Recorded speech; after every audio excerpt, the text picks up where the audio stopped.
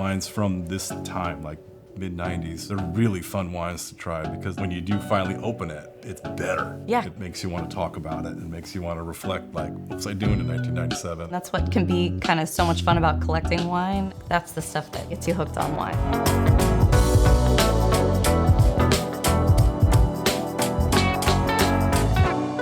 Well, I'm Marcus, and I'm here with Aubrey, the owner of Cadet Wine Bar in downtown Napa, and we are at Stag's Leap Wine Cellars. We're going to taste some Stag's Leap Wine Cellars Cabernet. But my first question, you have a wine bar. How did you get into it? I was a cook at a great restaurant called Red, and everyone who was anybody was there, and they were buying great bottles, and they were sending it back to the kitchen. We were sending them out food, and I kind of... combination. Yeah, it was great. It was fantastic. So I really got hooked on wine that way.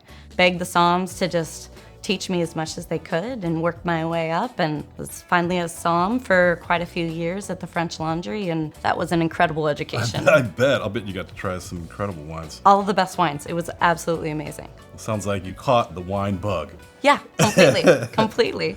As a technician, we appreciate having a place to go to taste wines, not just from Napa Valley, but from other wines from other regions too. That's really why we started Cadet. It's not just about drinking all of the incredible wines that we have here in Napa. It's about educating ourselves and trying all the beautiful wines from all over the world. Would you like to try some wine from Stag's Leap? I'd love to, of course. Well, I have 3 wines and thought it'd be fun to do vertical. I have the 1997 Stag's Leap Vineyard Cabernet Sauvignon, 2013, and then 2019. Great. It's from our S.L.V vineyard, and S.L.V, of course, is our first vineyard planted in the early 70s. The wine has a real personality. Got this violets and these graphite notes that I see in the very young wine, and then we see it obviously in the old wines as well. And that's what, to me, makes a vineyard really special. The oldest wine first. We start with 1997. Sounds great. All right? When I've had this wine before, there's a little bit of sediment. And so I think we'll go ahead and I'll decant it really quick here. What's your guys' rule for decanting? Do you just decant older wines or younger wines or both? Both. Certainly with an older wine, anything 10 plus years, you want to decant it to get the sediment off of the bottle. So 97, it's one of those vintages that I'm always asked about, like, how would your wines age in 1997 because it was so, warm and darker fruit. And I think it's a great example of why our wines are so ageable. What do you think? I think it's beautiful. I think this is one of the hallmarks of the 1997 vintage. I get asked about it so much at the bar because it's such kind of a famous vintage. It's so benchmark. I think one of the things that's so beautiful about this wine is that in a beautiful wine with age, in the early years you get all this big, bright fruit.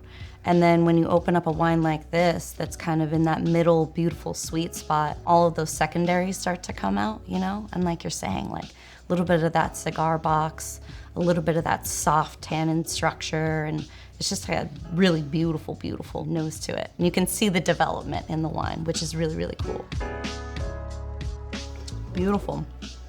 It still has so much structure to it. You can still get like a lot of the classic black fruits, a lot of like kind of tart cherry, kind of moving into some red fruits. You can get all that beautiful kind of secondary earth to it, which I love in an older wine. And S.L.V kind of has that persistence to it. Yeah. When you taste it.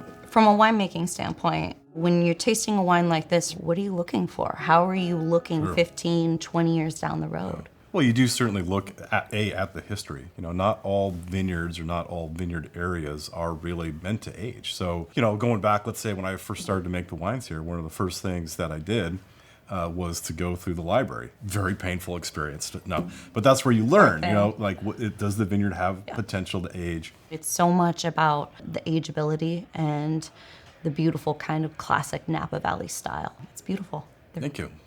Well, should we try the 2013 next? I'd love to. Let's give it a try.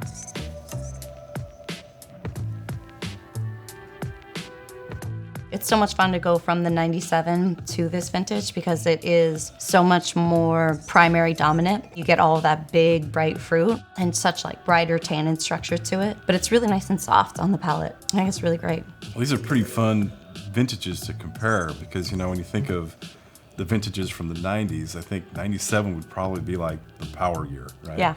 Of that decade. Certainly. 13 was a great year. The biggest challenge of 2013 was taming the tannins, right? Yeah. So when you have such a powerful vintage like this, how do you approach that? To make those picking decisions is very simple. You taste the grapes. So you go out, Yeah. spend an awful lot of time in the field tasting and just looking for that sweet tannin character. When is it ripe? And then that's when we go out and grab it. That's one of the things that's so interesting. And I think that a lot of people, when they're first getting into wine, that they don't understand is that, we really are at the mercy of Mother Nature. Every single vintage is completely different. And that's really part of the artistry of it, which is always so fascinating. It's also what is so inspiring about what we do, Yeah. because every year is a new challenge. Isn't that incredible? And it's so much fun for me at the bar to sit there with a customer and explain to them the really different, minute details of why 97 is so very different from a 98 and taste that. It's so much fun. Well, maybe we should complete our vertical here and try the 2019. Let's do it. All right. Nice to have someone serving me wine. Wow, that's really bright. I think it's so beautiful to try these side by side, moving from 13 to 19. The power is so bright and so vibrant right now, but the structure is so different, The aromatics are so floral. A little more like compact. Yeah, really much more concentrated. Dark berries, and I can still pick out a little bit of the oak influence. It's kind of in the background. But really fun. I mean, you almost have the beginning, the middle, and towards the end of the story, even though this has so much more time to go, and it'll be so much fun to see how it develops. It tastes like a great classic Napa Valley Cabernet from the east side. Big, bright, bold, beautiful tannins, great fruit structure, nice acidity. You can tell that it's gonna soften and age and taste beautiful. Oh, thank you. Yeah. Longer being true to the place. That's what S.L.V is about. So at Cadet, I'll bet you see a fair amount of folks that have been tasting wine all day up in the valley. Do they ask questions about cellaring the wines, or how do they? Oh yeah, all the time. Oh yeah, all the time. It's fun because, we'll have great conversation, and I get that question a lot. Do I have to build a cellar? Do I have to buy a big wine fridge or something like that? And it's fun to just kind of try to figure out for them, For a very long time, the most I had for a cellar was a cold closet-ish under the stairs. So, you make it work. Keep it out of the sun.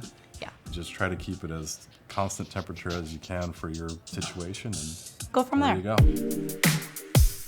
So did you have a favorite from the tasting?